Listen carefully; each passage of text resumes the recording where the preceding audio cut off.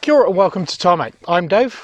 I'm Matthew, and as you can see from the bright yellow badge, this is a Lotus. But it's not only an SUV, but it's also their first electric car.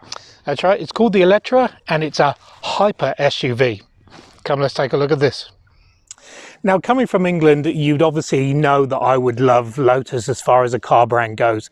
But to me, in its 75-year history, it's always been a sort of two-seater or 2+2 sports car that's lightweight, really great at handling and very eye-catching.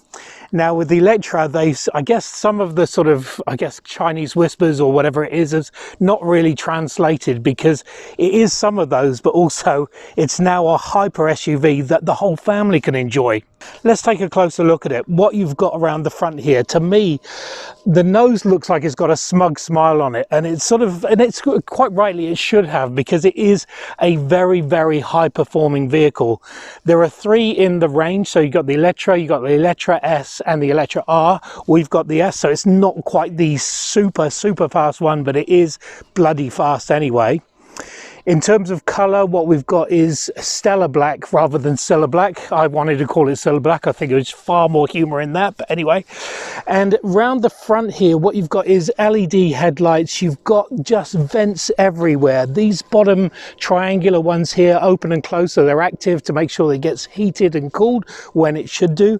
And also you've got a vent here that takes the airflow across the bonnet here, a vent here that takes it round the side. So basically, there's vents for everyone. I tell you, Oprah would really love it. Now obviously regular Lotus owners would be interested to see whether this would fit into the garage, because the normal 2s or the 2+2s are not, they would probably fit in the trunk here. But in terms of size, what you've got is 5.1 meters in length and also 1.63 meters in height. But to me, I think it's obviously about 1.8, because I'm obviously a much more sizable than 1.63 anyway. In terms of platform, what you've got is a 3-meter wheelbase, so it is very substantial in all four corners, and that leads me to what's on the corners. And these 23-inch, look at the size of them, these wheels, they're massive, and also 6-pot brakes behind them in nice Lotus green colours, Lotus green and yellow colours. So really good, multi-spoked, very good, and do stick to the road incredibly well. Behind that you've got some air suspension, which makes sure you can go at different levels. There are different drive zones or drive modes that Matthew will go into later. And also you've got cameras dotted all over the place. It's almost like those Easter eggs. You can look for cameras, and it does give a great view. We also have the likes of this carbon across here, so carbon fiber here, there, actually carbon fiber everywhere, a bit like the vents, so really do have it all over the place. The handles here are recessed when they close, and also the doors themselves are soft close, so no need to slam the doors, which is awesome. Privacy glass down the back, and also a roof, or a panoramic roof that does go opaque and welcomes in the sunlight whenever you go for, well, actually when you touch of a button. And moving further back here, you've got the Eletre badging there, more 23-inch feet, and look at this roofline spoiler. So up the top here you've got dual spoilers, which look very, very cool. You've got also a lot of this technical gumph or gubbins behind here, so this is where you've got the LiDAR and all that radar stuff. So that means that this will be autonomous, or can do autonomous driving in the future. Blacked out privacy glass. There's another spoiler here. This is actually comes on at different levels, so actually over downforce it will actually do around about 110 kilograms. So it's like having me sitting on the back while you're driving, and nobody wants that. And then on the back here you've got even another little spoiler, a little sort of carbon fiber spoiler. So spoiler, spoiler, spoiler. How many more spoilers do you want? It's up to you. Anyway, beautiful light bar across the back here with the Lotus spelt out. There's also more vents, so you can actually stick your whole hand down here, and that adds to the 0.26, I believe, in drag coefficient, so it really is very, very less draggy. The other thing is, when you open up the boot, it is actually a kicker tailgate. You get 688 litres of boot space here when you've got the 5-seater. You actually have less boot space when you've got 4 seats. Don't know why that is, probably because you've got better seats, but who knows. The other thing is, what I failed to mention up front was the Eletre name itself. It goes with the company's sort of 50 or 70 year tradition of naming their vehicles with an E up front, so Eletre for there. I believe it means something like coming to life in Hungarian, but I don't know if that's where they got the name from, but there you go. The other thing is, it does weigh, or the complete opposite of what Mr. Chapman's idea was, which is less weight, because this weighs around about 3.1 tons, which could or should affect the performance, but it doesn't. And on that, let's go and see what powers this. Now, regardless of the Eletre you get, they all come with a 112 kilowatt hour battery, or actually 109 usable, and it's all charged from behind this very cool sort of automatically opening flap, which is great. It's also got I think it's an 800 volt system, which means that it will charge very, very quickly. So I think 0 to 80% is something like 20 minutes or half an hour or something like that. So it's actually almost as fast as the vehicle itself in a 0 to 100 kilometer sort of area. They all come with dual motors as well, just the power outage is different, and so therefore the performance is different. This one comes with 450 kilowatts of power and 710 newton meters of torque, and a 0 to 100 of 4.5 seconds. So it is a monster, just not quite as fast as the 2.9 seconds that's in the Eletre R. Well, I'm probably in the same bucket as most people here, because I think the S would do just fine. The R is probably a little bit too much for somebody like me, but hey, with the S there's no compromises at all. And I mean, as stylish and as spectacular, frankly, as the exterior looks, with all of its dramatic vents and the wings and all of that, the interior is the same in terms of its luxury. I mean, there's nothing that Lotus has made before that comes close to the Eletre in the level of craftsmanship, in the level of materials, in the level of comfort and luxury, not to mention putting that exclusive badge on the front of all of that stuff. And with the interior, at the same time, they haven't given up their history, and they haven't given up the sportiness aspect that has been such a big part of the Lotus brand for its entire history, frankly. And I'll start off with the material. So it's a mix of a lot of different things in here, but the consistent theme is it's high quality, and everything is soft touch essentially. So right from the top of the dash there to the absolute bottom of the doors, all soft touch across. And there's a mixture of eco-friendly PU or polyurethane. You get as well recycled fibers. Same thing with the seats as well. You get leather, you get recycled fabrics there, which are actually from textiles and clothes. And similarly, it's as thoughtful in the way that it is eco-friendly, in the same way that they've incorporated the history of Lotus in here as well. So this particular car has the quartz interior package, which means you get the lighter seats, the gray color dashboard, and then you get all of this yellow contrast stitching that wraps around you. You get the seats, which again are highlighted in yellow contrast stitching. And what I love the most are these seat belts. I mean, just look at that. It's got Lotus written all over it in terms of the colors, the white, the yellow, and the green. And I just love that. For me, seatbelts are one of those details that are underutilized in terms of style and customization. So I'm glad to see that they've really gone the full Lotus on making those a bit special. You also get the Lotus logo embossed in the back of the seats. The seats themselves are ultra comfortable. The bolstering is nice. It's soft. It's plush. They are heated 3 ways. Ventilated 3 ways. You get massage seats in this particular car as an option for both the driver and passenger. And then when you flick it into sport mode, the bolsters just close in on you and hold you tight while you put your foot down and let the car take off, to be honest. Now, yes, it's a Lotus. It's meant to be sporty. It's got all of that history, but it is an SUV, so it must tick some practicality boxes as well. And it does that really well. So you've got generous sized door bins, which are soft lined as well. You've got two cup holders in here, which you can actually press a button and sort of bring them up and hide them away. You've got storage under here with two USB-C ports and a 12-volt socket. You've got a good sized glove box there, which you open by pressing that button in the middle. And then you've got a little nook here which has a wireless charger for your phone. And then at the back it's much the same story, as I'll cover in a minute. But again, just the level of quality and materials in here is just something else. I mean, the carbon insert in the middle here, again, part of that package. And then overhead you have climate friendly, or rather carbon neutral Alcantara lining the headliner there. So as if you needed even more plushness in here.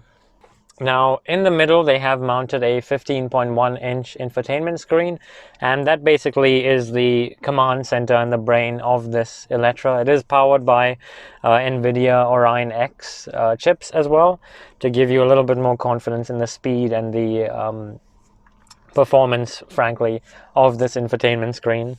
Now this is your car view, as you can see down the bottom here. It's got a video of your, or rather an image of your Eletre there, and if you actually flick the indicators on, you can see it's reflected over here on the same side as the car. Well, and then when I flick it around, you can see that different options pop up as well. So I can activate the spoiler from here, I can open the trunk, I can also make the overhead intelligent glass roof opaque or clear, depending on what I've selected. There's a lot of different settings and things that you can play around with the car from this command center. Similarly, you also get a view of what your range is like in terms of kilometers and charge.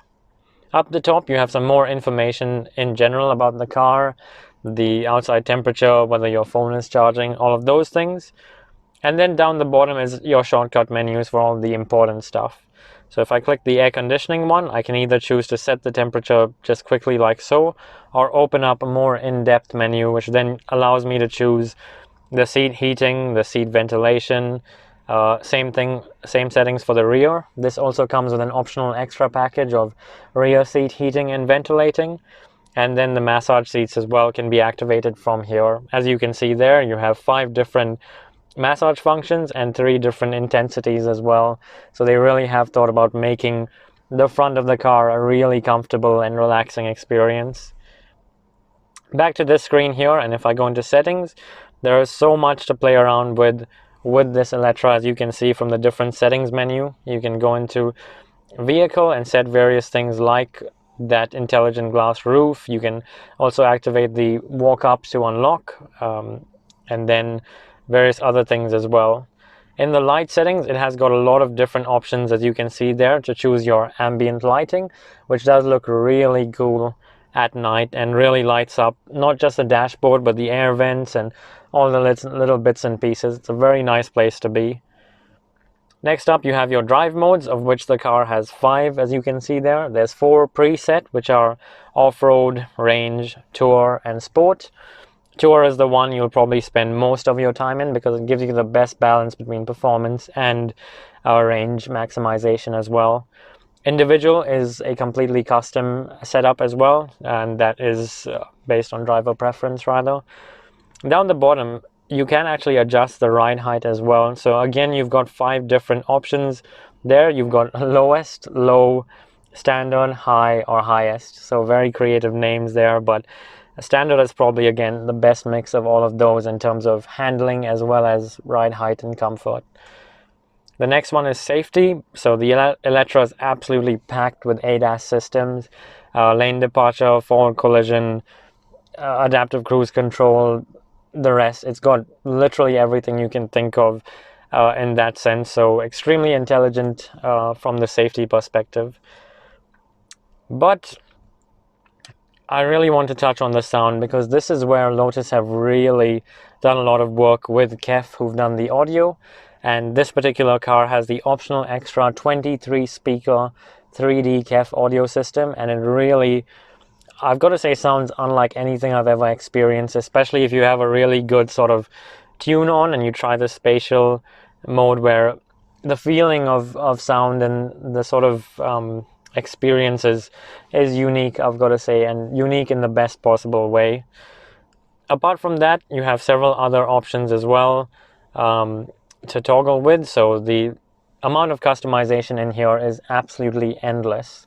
Now, in front of the driver there is a 12.6-inch screen, as you can see there, and it displays a lot of vital information for your driving experience. So on the right hand side, you've got your driving mode. We're in Tour right now.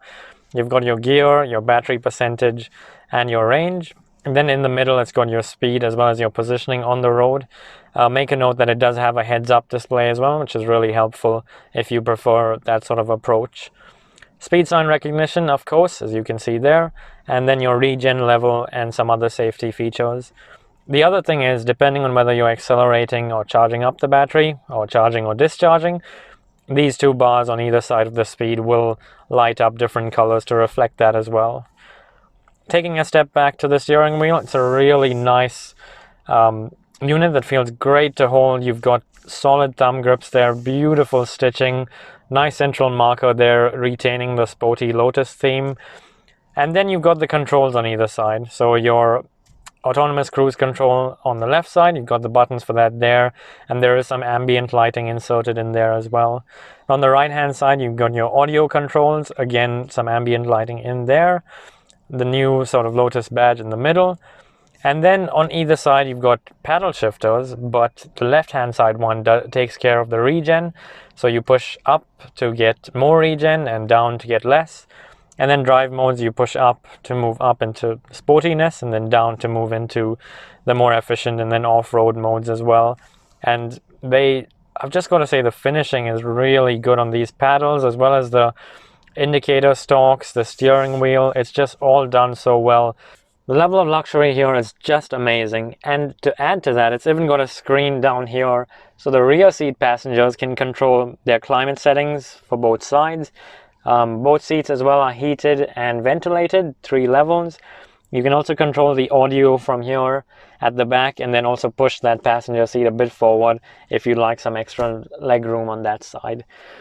While that's all well and good, and it is very luxurious, don't get me wrong, this is a Lotus, and that badge means something, even more so to a car enthusiast like me.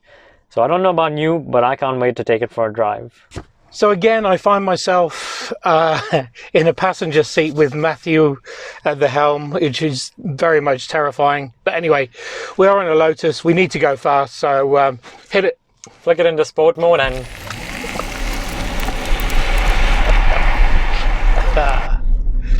It is fast. It is really fast, and exactly what you'd expect in a Lotus, really, to be honest. How it shifts 3-point-something ton, actually almost 3.5 tons in a 0 to 100 of 4.5 seconds is actually tremendous. And I actually want to try the Eletre R as well.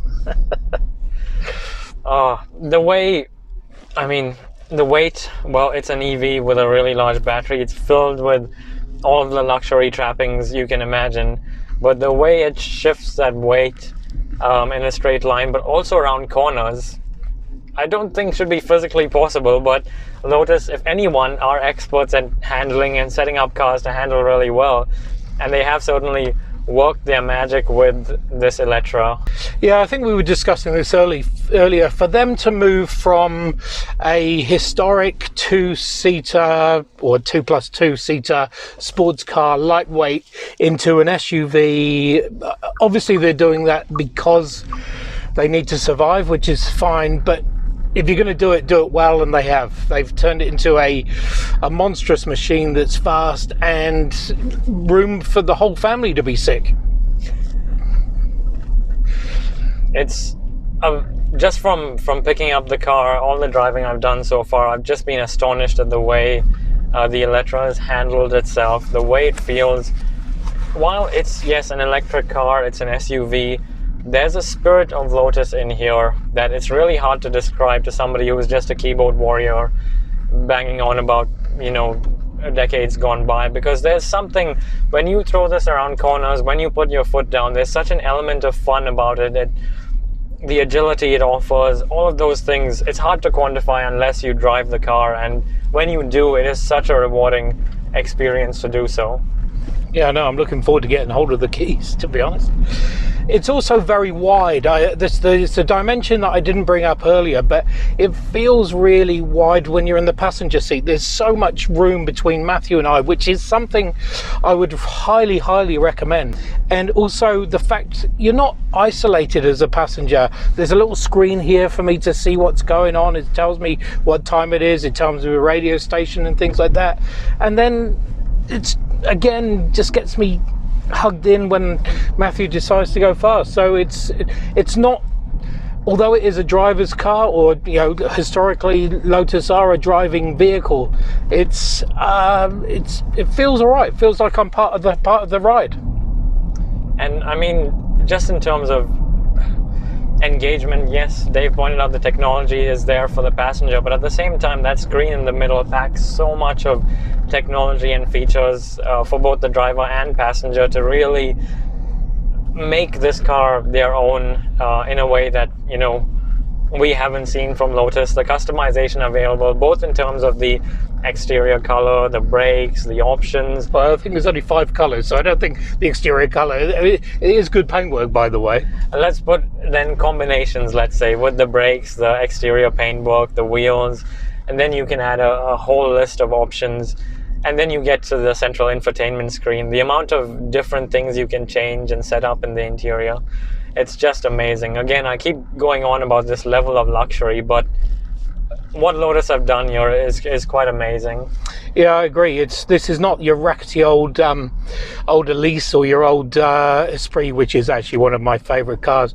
It really is refined, and space-wise, we've shown you what's in the back. There's also a frunk, so there's stuff that you can put your cables or your overnight bag in the front as well. And it's practical, it's fast, and just an SUV like very few others. I mean, it does put it in the class of the Urus and the Porsche, Cayenne, the Cayenne and stuff like that, but I don't know, there's something about it. It's unique. There's a being British, of course I'm going to be a little bit more biased, but there's something about it. They don't call it a hyper SUV for nothing, and then what Lotus go and do is obviously put their badge on this car, and that just adds an extra, both an air of sort of exclusivity as well as sparking curiosity from people who aren't familiar with the brand. For example, you get people stopping you and asking you questions about the car, about I didn't know Lotus made an EV, or about the style, for example. It really does draw a lot of eyes, and especially in this metallic black color, black is very much on trend at the moment, and it really makes it look good. Yeah, I think the black colour is great. I think it sort of hides a little bit about that smug smile, which is some will appreciate. The 4-wheel steer is tremendous, particularly in the corners. Also gives it a really nice driving or sort of tight cornering for when you're in sort of downtown malls or stuff like that. And having so much room in the boot, you can go on trend, as you say, and fill your boot with a whole heap of shopping. Absolutely. And then to speak about filling spaces, you just turn up the volume on that KEF 3D audio system and let those 23 speakers come to life, because the experience in here, as I said before, is quite something. It's unique, and they've just done an amazing job with making the driving experience and the listening experience so unique in this Eletre S. Yeah, visually it's stunning. Inside it's stunning. Look, the true Loti people, I don't know, Lotusmen, I don't know, whatever they are, they will poo-poo this by saying it's not built in England, it's not a two-seater sports car. But if you need the brand to keep going and really embrace the future, this is where we're sitting, and it's not a bad place to be. Absolutely agree. So in terms of choosing between Lotus keep making niche sports cars and not being here, say in the future, versus making stuff like this and the sports cars and being here, I definitely choose the latter option if this is the kind of EV SUV stuff that they're putting out. I think it appeals to two kinds of people. You have one, the Lotus hardcore fans who say, I love the brand so much, I want more of it in my life, I want to daily drive a Lotus. This is for them. And then there's the other kind of people who think, okay, I love EVs, I know them, I've owned one, and what I want to do now is move to the next step up in terms of luxury, in terms of sportiness, and this is just it. Yep, people that want to hyper it up.